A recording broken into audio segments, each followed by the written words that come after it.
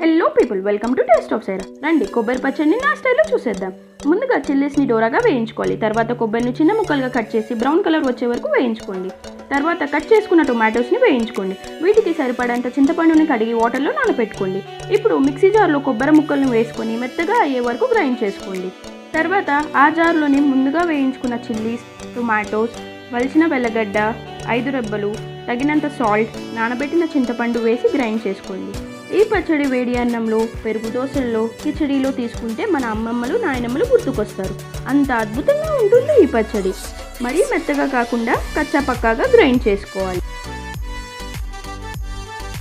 ఇప్పుడు కొబ్బరి పచ్చడిని గిన్నెలో తీసుకొని ఒక ఉల్లిపాయ, కొత్తిమీర కట్ చేసి పచ్చడిలో కలిపేసుకోవాలి. అబ్బా, ఎంతో రుచిగా స్పైసీగా ఉండే కొబ్బరి పచ్చడి రెడీ. మీరు కూడా ట్రై చేసి మీ కమెంట్స్లో పంపించండి. ఈ రెసిపీ మీకు నచ్చినట్లయితే లైక్, షేర్ అండ్ సబ్స్క్రైబ్ చేసుకోండి.